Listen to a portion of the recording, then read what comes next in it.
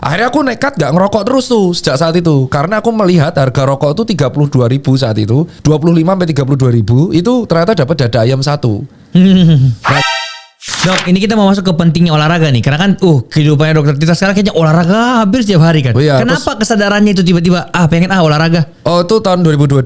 Jadi aku tuh kan dari dulu ngerokok 17 tahun. Oh sekarang udah berhenti? Tahun 2022 berhenti. Jadi aku ngerokok dari umur 14.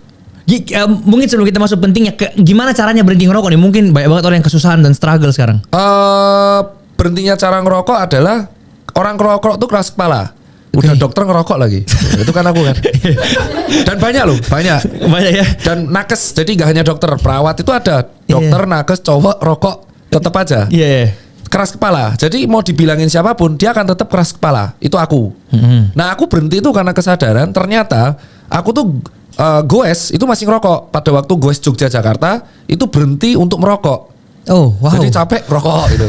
Itu pas Jogja-Jakarta, jadi bisa bertahan. Itu kan teman-teman belum tahu, aku goes Jogja-Jakarta itu yang sendiri, solo sendiri itu 42 jam. Yang kisahnya dipublis banyak orang, dikasih solusi, podcast lain, PWK itu bawa rokok.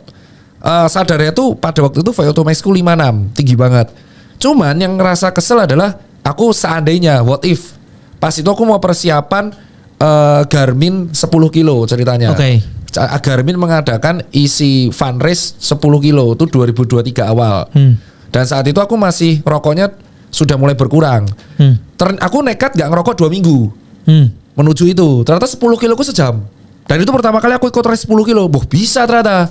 Akhirnya aku nekat gak ngerokok terus tuh sejak saat itu. Karena aku melihat harga rokok itu 32.000 saat itu. 25-32.000 itu ternyata dapat dada ayam satu.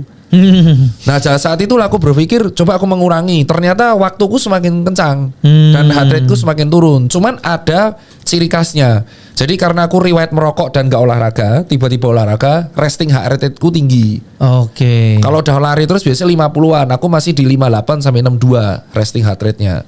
Oke. Itulah guna smartwatch. Jadi kita tahu oh ternyata efek rokok segitunya. Makanya kesalahanku adalah buat para perokok yang belum bisa berhenti, setidaknya tuh olahraga dulu. Supaya tahu ya. Supaya tahu kondisi fisiknya.